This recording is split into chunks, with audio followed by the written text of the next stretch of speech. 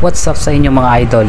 Panibagong vlog, panibagong tip ang ibibigay ko sa inyo mga idol ngayong araw. Ang tagal ko rin palang nawala sa mundo ng YouTube. Ilang buwan na rin pala yung nakakalipas simula ng huling upload ko. Kaya pasensya na sa mga nag-aabang ng video ko na wala akong maibigay. Kaya ngayong araw ay magbibigay ako ng tip at advice sa mga may motor dyan na naka Eurosport R125 na katulad ng sa akin. At sa mga nagbabalak bumili ng Eurosport R125 na katulad nga nitong motor ko.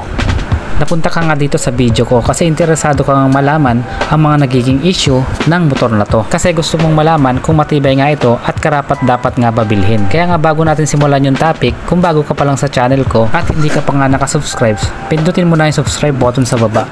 Pakihit na rin yung notification bell para lagi kang updated sa mga video ko. Okay, simulan natin to kaagad. Sasabihin ko lahat sa inyo ngayon yung mga naging problema simula nang dumating sa akin tong motor na to. Kaya nga malalaman nyo kung worth it ba talaga bumili ng ganitong motor.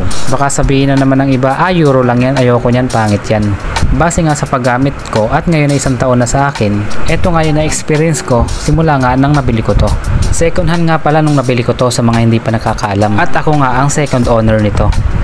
Una ko nga na-experience dito ay yung rubber damper niya sa gulong. Pudpud na pala siya nung nabili ko. Sabi naman sa akin ng may-ari, wala pa naman siyang ginagalaw dito. Kaya nga sa tingin ko, yun ang una niyang naging problema. Minor issue lang naman kaya pinapalitan ko kaagad. Sumunod naman ay pinatune up ko siya kasi malagatik na. Hindi na rin naman kasi naasikaso to ng may-ari, gamit lang siya ng gamit. Bali nga simula nung nabili niya to ng bago, ayun pa lang naman yung mga nagiging issue niya. Kaya nga sasabihin ko sa inyo yung lahat ng na-experience ko dito. Bago ka nga kumuha ng bago kung binabalak mo. 2020 model pala to, 2025 na ngayon. Bali ilang taon na rin to sa may-ari, tapos 1 taon naman sa akin. Ang problema pa lang nung unang may-ari dito ay yung rubber damper niya at saka yung pinatune up ko na naging malagitik na nga yung makina, pero normal lang naman yun sa motor. Tuminaw naman siya at hanggang ngayon ay nagagamit ko pa rin ng maayos. At ito naman yung mga naging sira niya sa paggamit ko sa loob nga ng 1 taon. At dahil nga naging malalayo yung mga biyahe ko sa loob nga nitong mga nakaraang buwan, ito nga yung mga na-experience ko sa kanya. Una, yung speedometer cable nga niya, naputol nga bigla. Hindi ko nga napansin agad kaya mga ilang linggo rin bago ko siya napalitan ng bago. Pangalawa naman ay yung minor niya. Dahil nga sa kakagamit ko sa araw-araw, bumaba nga yung minor niya.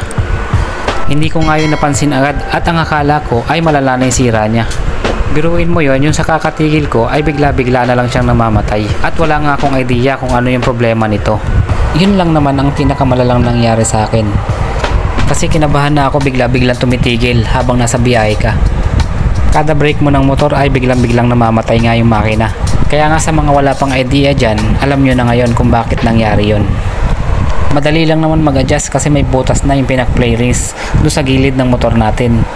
Iikutin mo lang pa kanan yung pinaka-tornilyo niya para lumakas yung motor o tumaas yung pinaka-minor niya. Sumunod namang naganap ay lumuluwag na yung kadena ko. Dahil nga sa araw-araw ko na siyang ginagamit, madalas nga siyang magluwag. Hindi ko na rin siya mahigpitan ng ayos kasi kahit isagad ko na ay maluwag pa din. Kaya ang ginawa ko, binawasan ko na lang yung kadena.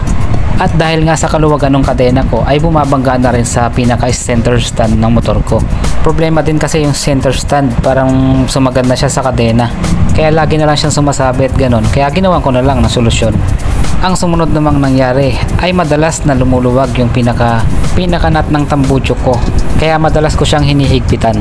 Kaya nga ang ginawa kong solusyon dyan ay dinagdagan ko siya ng lock nut para hindi siya madalas magluwag. Yan nga lahat yung madalas na nangyayari sa mga motor natin paggamit natin sa araw-araw na hindi mo na talaga may iwasan kahit ano pang gawin natin.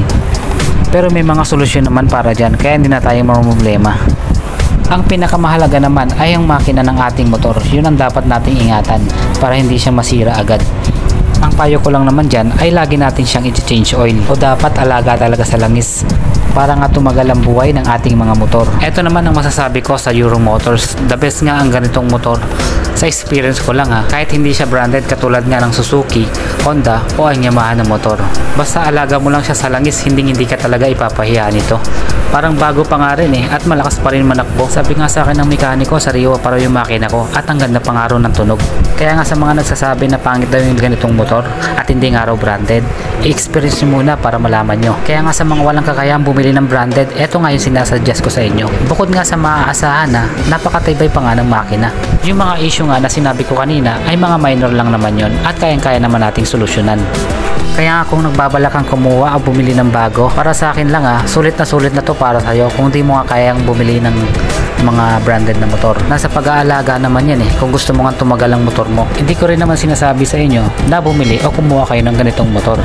Desisyon nyo pa rin yan kung ano nga bang brand ang kukunin nyo. Pero kung budget meal nga lang talaga ang pag-uusapan at gusto nyo makamura, eto na nga ang kunin. Kasi sa loob nga ng mahigit 5 taon, ayun pa nga lang yung mga nagiging issue niya. Bukod pa doon, hindi naman ito China bike, kundi gawa ito ng Taiwan. Kaya masasabi kong maaasahan talaga ang performance niya. So paano ba yan mga idol? Hanggang dito na lang. Magkita-kita na lang ulit tayo sa susunod.